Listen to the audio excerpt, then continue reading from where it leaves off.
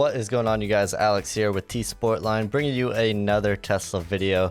Today we're going to be doing an install of our low-wing springs on a Tesla Model 3, and Monster Customs here in Marietta, Georgia is going to be assisting us with the install, so big shout out to Monster Customs. These springs feature a 10% increased spring rate over the stock spring. And what does this mean for you? It's going to mean better handling. You're going to get increased performance with the lower center of gravity as well as the increased spring rate. You're going to get a better looking car, better stance, having it be a little bit lower. This is going to also improve your stopping and your cornering. Overall, it's going to be a looks as well as a performance upgrade. So the first thing we're going to need to do is pop the frunk, and we're going to need to remove all of the trim in this area. We're going to start with the cowl panel. You can just use a plastic trim tool, and all of this just pries up pretty easily. Next, we're going to need to remove this little air box. It just pops out. And then there's going to be some 10mm bolts we're going to remove, and then this whole plastic trim piece will pull out.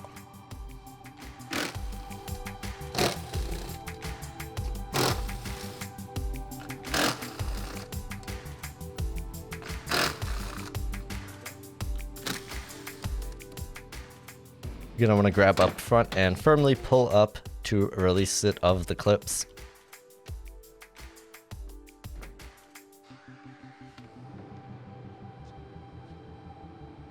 Now with the trim out of the way, this is what you're going to be left with. We're going to need to access some of these bolts here on the strut towers to drop the front suspension out so we can replace the springs.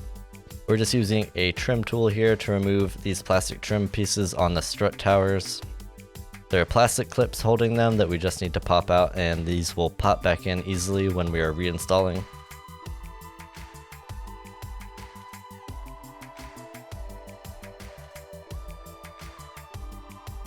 You can see one of the bolts we need access to is underneath this trim panel. This is why we're pulling it back. Now we're going to lift the car up and get all of the wheels off so we can start removing the front suspension.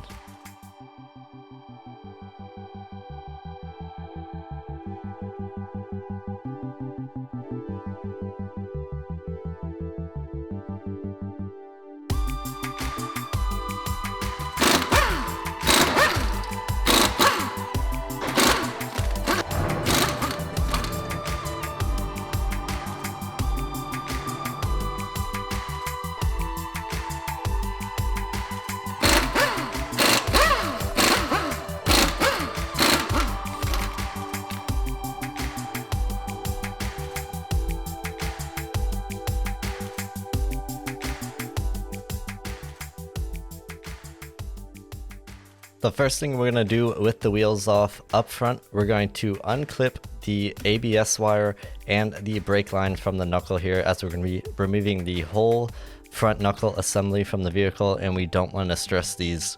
The ABS wire is just simply clipped into the knuckle with plastic clips, and these will easily push back in when we go to reinstall everything. The brake line is held by a 10mm bolt to the knuckle. Next, we're going to remove the sway bar end link from the strut. And on the driver's side here, we're going to use a pry bar to release the pressure on the sway bar. That way we can pull the end link out.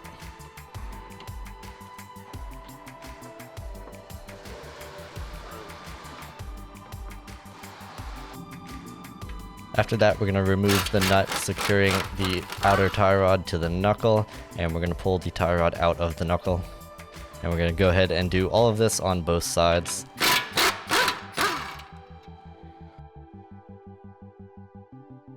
After the outer tie rod, we're going to tackle the upper control arm, which connects to the knuckle. We're going to remove the nut and the bolt going through the knuckle, and then the upper control arm should just pop out.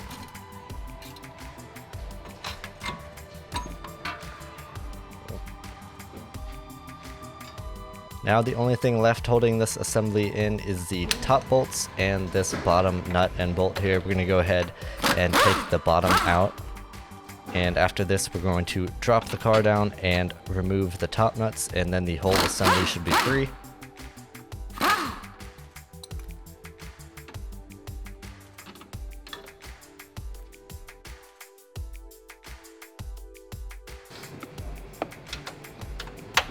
And here Nick, our installer, is going to explain to us why we have to drop the whole front assembly. So they give you these 3 access holes, and those are the nuts you gotta get to. The standard socket just doesn't fit. It's not big enough. So we're gonna go ahead and loosen all these bolts on the strut tower here, and we're gonna leave one of them in. You can take the rest completely out, but we're gonna leave one in, and once we get to the last one, you're going to want to put a hand on the suspension as you loosen it, just so it doesn't completely drop out. So here he gets it loose, gets some support on it, and gets that last bolt out of there. And then we're going to raise the car back up and pull the whole assembly out.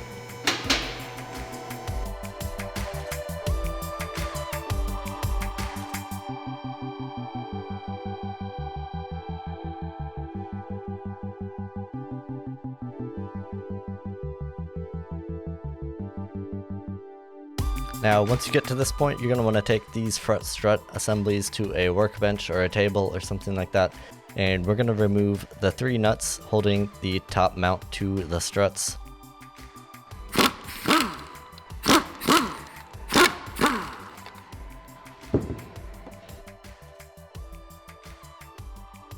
Now, with this top mount out of the way, we're going to remove this dust cover exposing the top nut on the shock absorber. And this is where you're going to want a spring compressor. If you don't have a wall-mounted spring compressor like this, you can use one of these spring compressors you can rent from an auto parts store. It will work just as well. And here we're going to make some marks on our strut assembly just to make sure we get all the bushings and the top mounts oriented in the same way once we reassemble it. So now we're going to use the spring compressor to take tension off of the spring while we loosen the top nut. And now we'll be able to remove the shock absorber from the spring. And once this is done, we can just release tension, and we're going to get our new spring and swap over the top mount and that dust cover.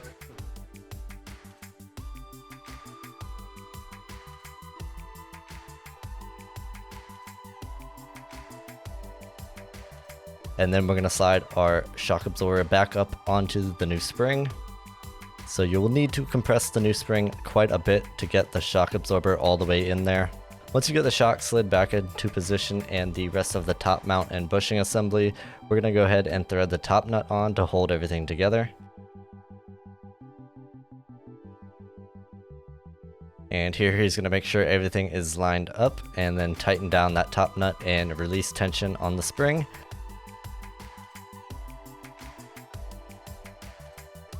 And now we have one assembled strut. Moving back to the bench, we can bolt back on the top plate and torque it to spec. And then we will repeat this process with the other front strut. And once that is done, the hard part is almost out of the way.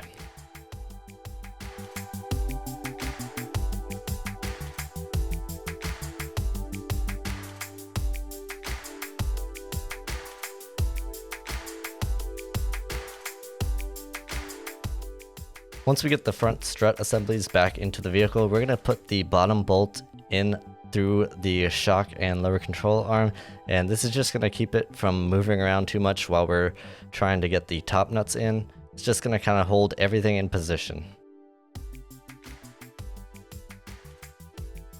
So now with that bottom bolt holding everything in position, we're going to lower the car down and get the top nuts started. Once all of the nuts are started, we can go ahead and tighten them down and torque them to spec.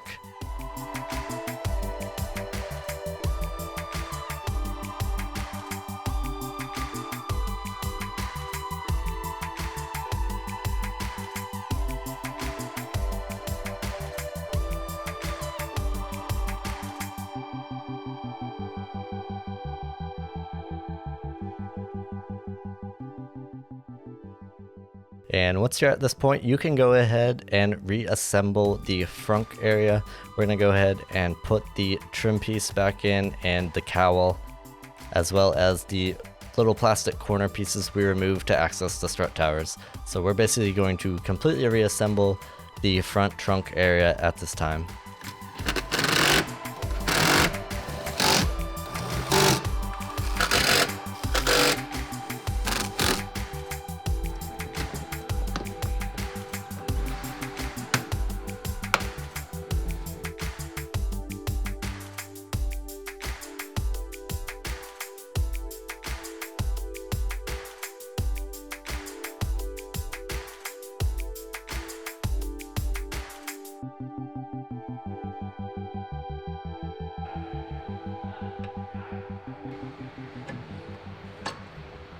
Next, we're going to reassemble the front suspension, starting with the upper control arm.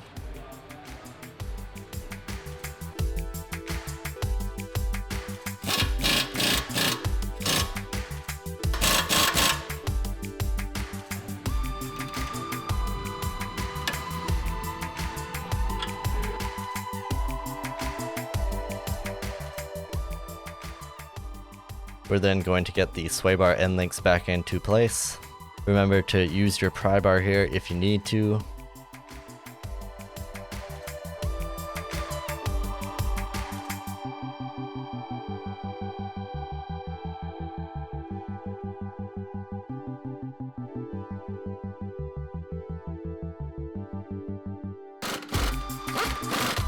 After that, we're going to go ahead and fully tighten the bottom shock mount, and this bolt should be installed loosely until the weight of the vehicle is back on the wheels, and then the fastener will be fully torqued. This can be done using a jack underneath the wheel until the suspension is fully loaded. After the shock mount, we're going to go ahead and get the outer tie rods back into place.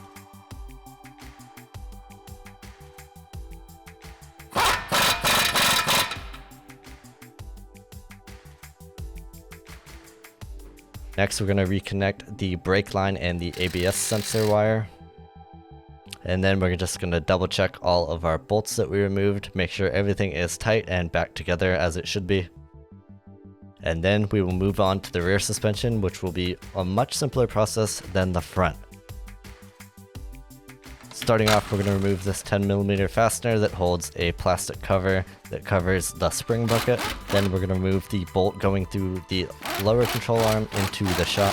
And here, since we're on the lift, we're just going to use this screw jack to keep the whole assembly from falling once we pull the bolt out of the knuckle.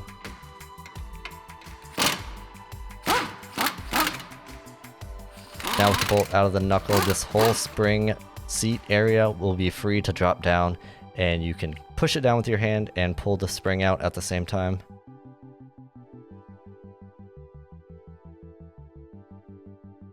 Now there's going to be a rubber upper isolator and a lower isolator, so a piece of rubber on each side of the spring when you pull it out.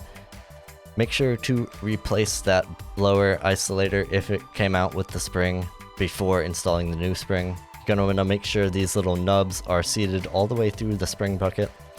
And here we place the rubber upper isolator on the spring before reinstalling.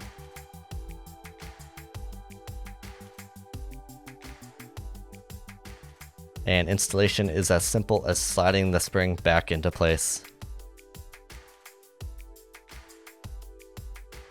So same thing in the rear here. When we go to tighten up these lower control arm bolts, there's a bushing in the knuckle as well as the shock there that we're going to need to leave loosely installed until the suspension is loaded, and then once the suspension is loaded, we will fully torque these to accommodate for the new angle of the arm at the new lowered ride height. Be sure to replace your plastic covers. These are side specific and they're going to be labeled left hand and right hand side. Now, after double checking all your bolts, we're going to go ahead and bolt the wheels back on and drop the car to the ground.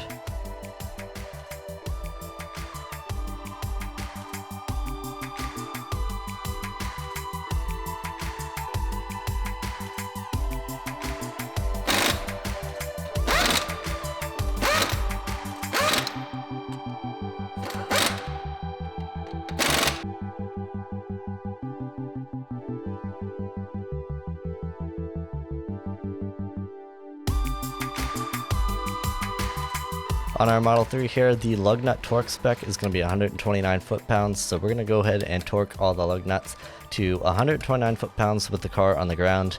Then we're going to take the car for a spin just to give the springs a chance to settle, and then we will take some final measurements.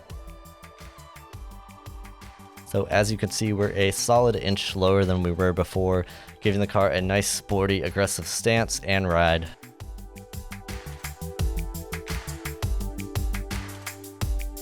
So that is going to do it for our lowering spring install on this Tesla Model 3. If you want to check these out for yourself, as always, you can do that at tsportline.com.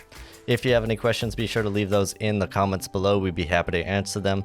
Also, big shout out to Monster Customs for assisting with this install. If you found this video helpful, make sure to drop a like, and if you're not already, hit the subscribe button and the bell to be notified whenever we post new videos. We've got lots more Tesla content coming very soon. Thank you for watching, and we'll see you in the next one.